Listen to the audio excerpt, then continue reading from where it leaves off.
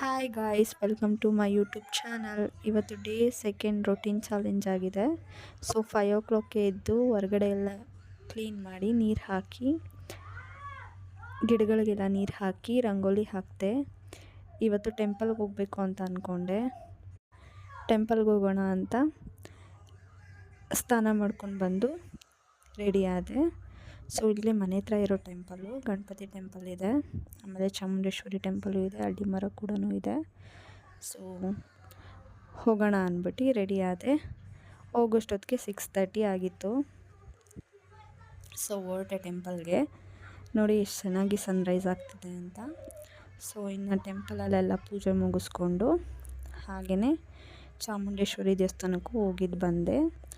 ಇನ್ನು ಅಲ್ಲಿ ಪ್ರಸಾದ ಕೊಟ್ಟಿದ್ದರು, ಪ್ರಸಾದ ತಿಂದ್ಕೊಂಡು ಪ್ರಸಾದ ತಿಂದು ಬುಕ್ ಓದೋಕ್ಕೆ ಸ್ಟಾರ್ಟ್ ಮಾಡಿದೆ.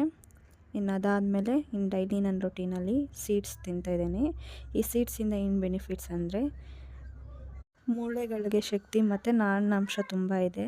ಅದಾದಮೇಲೆ ನಾನು ಡೈಲಿ ರೊಟೀನಲ್ಲಿ ಆಮ್ಲ ಜ್ಯೂಸ್ ಕುಡಿತಾ ಇದ್ದೀನಿ. ಇದು ಕೂಡ ತುಂಬ ಬೆನಿಫಿಟ್ಸ್ ಇದೆ ಹೆಲ್ತ್ಗೆ. ನಮ್ಮ ಸ್ಕಿನ್ ಕೇರ್ ತುಂಬ ಚೆನ್ನಾಗಿರುತ್ತೆ. ಹೇರು ಕೂಡ ಅಷ್ಟೇ, ಜೀರ್ಣಕ್ರಿಯೆನೂ ಆಗುತ್ತೆ ಚೆನ್ನಾಗಿ. ತುಂಬ ಬೆನಿಫಿಟ್ಸ್ ಇದೆ, ನೀವು ಕೂಡ ಕುಡೀರಿ. ಅದಾದಮೇಲೆ ನಾನು ಇವತ್ತು ವಾಂಗಿಬಾತ್ ಮಾಡಬೇಕು ಅಂತ ರೆಡಿ ಮಾಡ್ಕೊತಾ ಇದ್ದೀನಿ. ಎಲ್ಲ ಕಟ್ ಮಾಡಿಕೊಂಡು ವಾಂಗಿಬಾತಿಗೆ ಬೇಕಾಗಿರೋದು ಐಟಮ್ಸ್ನೆಲ್ಲ, ಆಮೇಲೆ ಈರುಳ್ಳಿ ಎಲ್ಲ ಕಟ್ ಮಾಡಿ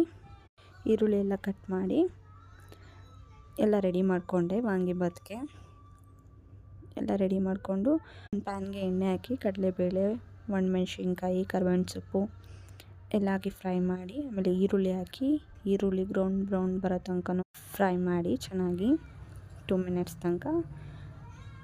ಅದಾದಮೇಲೆ ಬದನೆಕಾಯಿ ಎಲ್ಲ ಹಾಕಿ ಚೆನ್ನಾಗಿ ಆಯಿಲಲ್ಲಿ ಅದು ಚೆನ್ನಾಗಿ ಮಿಕ್ಸ್ ಆಗಬೇಕು, ಆಗ ತುಂಬ ಟೇಸ್ಟಿಯಾಗಿರುತ್ತೆ. ಆಮೇಲೆ ವಾಂಗಿಬಾತ್ ಪೌಡರ್ ಹಾಕಿ ಸ್ವಲ್ಪ ಉಪ್ಪು ಹಾಕಿ ಚೆನ್ನಾಗಿ ಮಿಕ್ಸ್ ಮಾಡಿ ಅದಕ್ಕೆ ನೆನೆಸಿಟ್ಟಿದ್ದ ಹುಳ್ಸೆಹಣ್ಣು ರಸನ ಹಾಕಿ ಚೆನ್ನಾಗಿ 2 minutes ಬಿಡಬೇಕು, ಅದು ಬಾಯ್ಲ್ ಆಗೋ ತನಕ. ಅದಾದಮೇಲೆ ಸ್ವಲ್ಪ ಗಟ್ಟಿಯಾಗುತ್ತೆ.